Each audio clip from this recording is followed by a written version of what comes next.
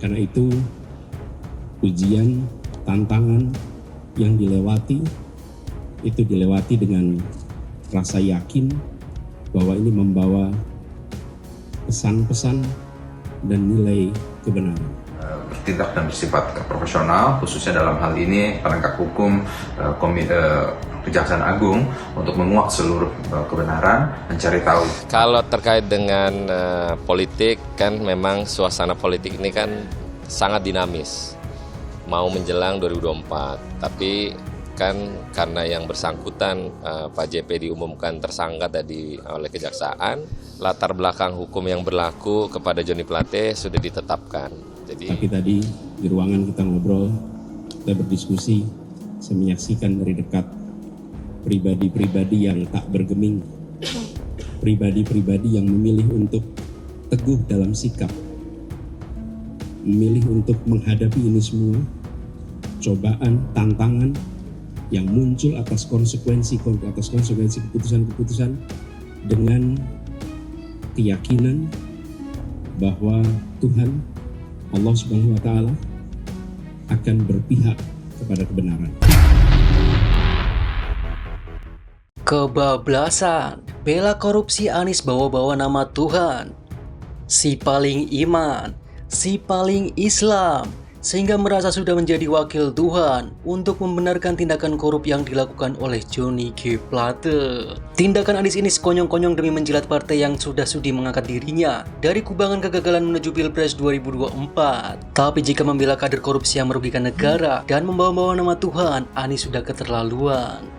Bukan cuma Anies, kader Nasdem yang lain juga menuduh pemerintah Jokowi telah mempolitisi korupsi. William menuduh secara brutal dan ujung-ujungnya salah Presiden Jokowi.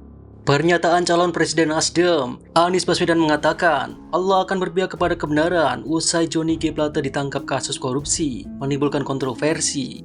Menurut penggiat media sosial Guntur Romli, Anies malah muncul bak seorang wakil Tuhan. Padahal rekannya itu telah terbukti korupsi dan merugikan negara. Kita tahu Johnny G. Plate melakukan korupsi menara BTS 4G yang menurut PPATK merugikan negara hingga 8,3 juta triliun. Padahal dana yang dikeluarkan pemerintah untuk membangun jaringan tol langit dari Sabang sampai Merauke ini adalah 10 triliun rupiah dan lebih dari setengahnya telah dikorupsi. Tapi Anies masih saja tutup mata soal ini. G. Plate ditangkap kejaksaan. William Aditya menuduh dengan kalimat-kalimat yang tendensius.